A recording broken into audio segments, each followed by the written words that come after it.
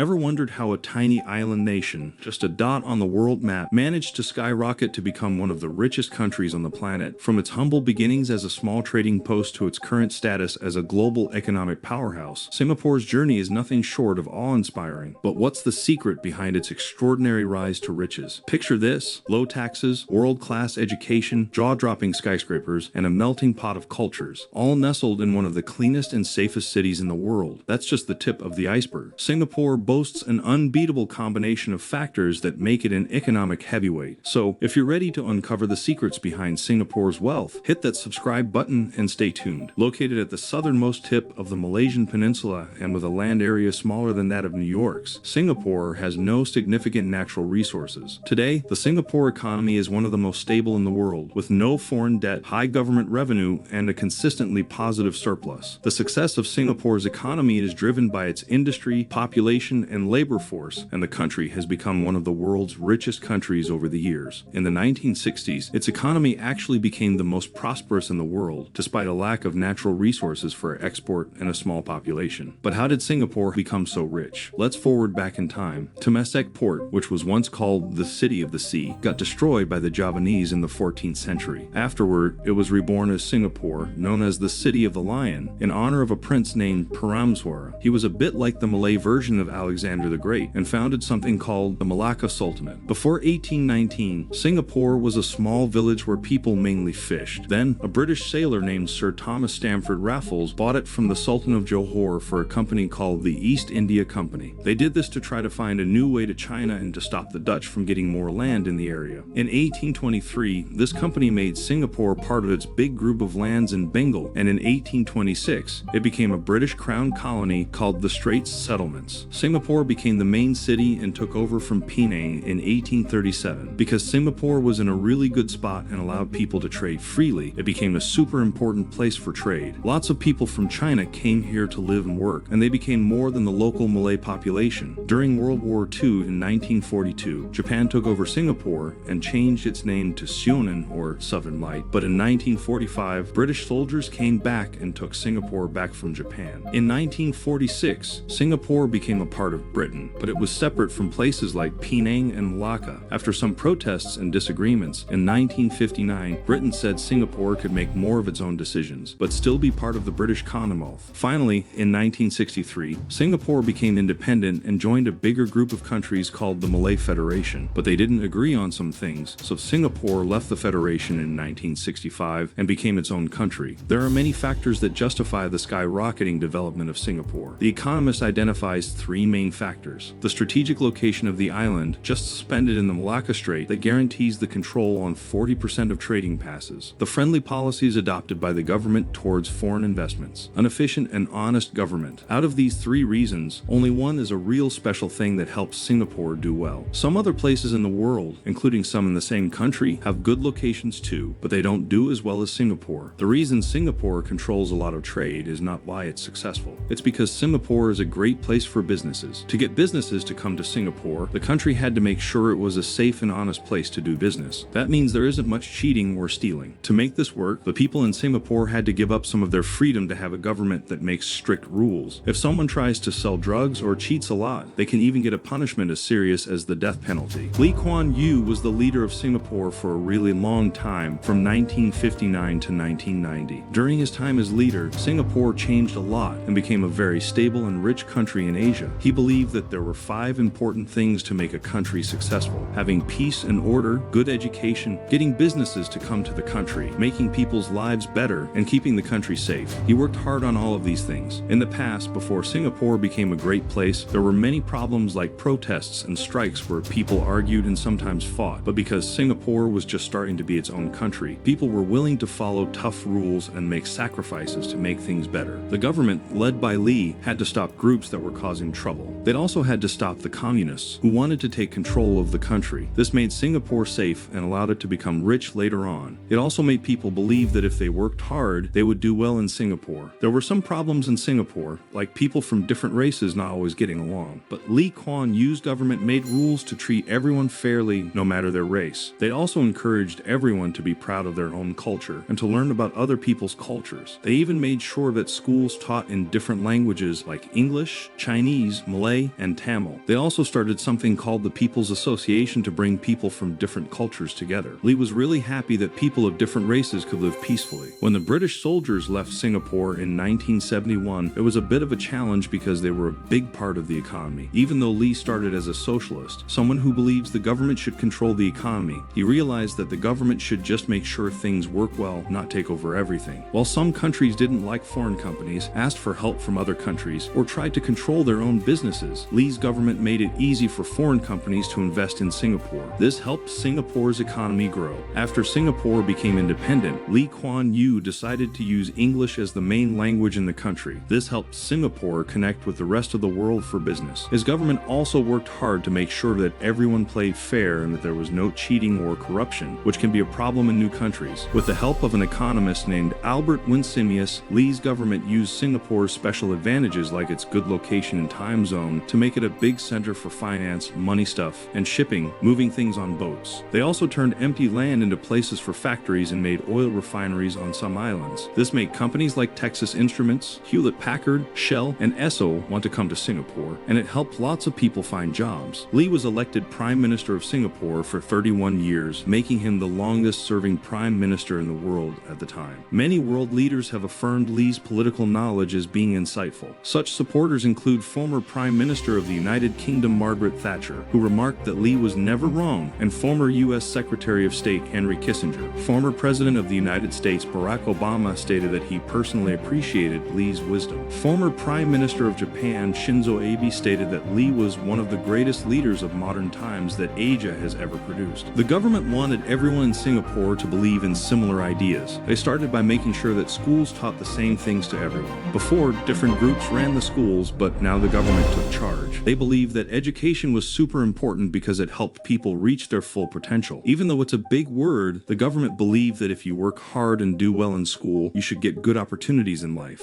One of the first things they did was make sure every kid could go to primary school for free. They also made sure that kids from different backgrounds, like Malays and Indians, could go to secondary school. This meant they had to build lots of schools and train teachers. They spent a good amount of money on education. They also made more universities that focused on things like science and technology. This made Singapore a great place for businesses, and more people could have comfortable lives. There's also something called the Economic Development Board, EDB. They started it in 1961 to help make Singapore's businesses grow.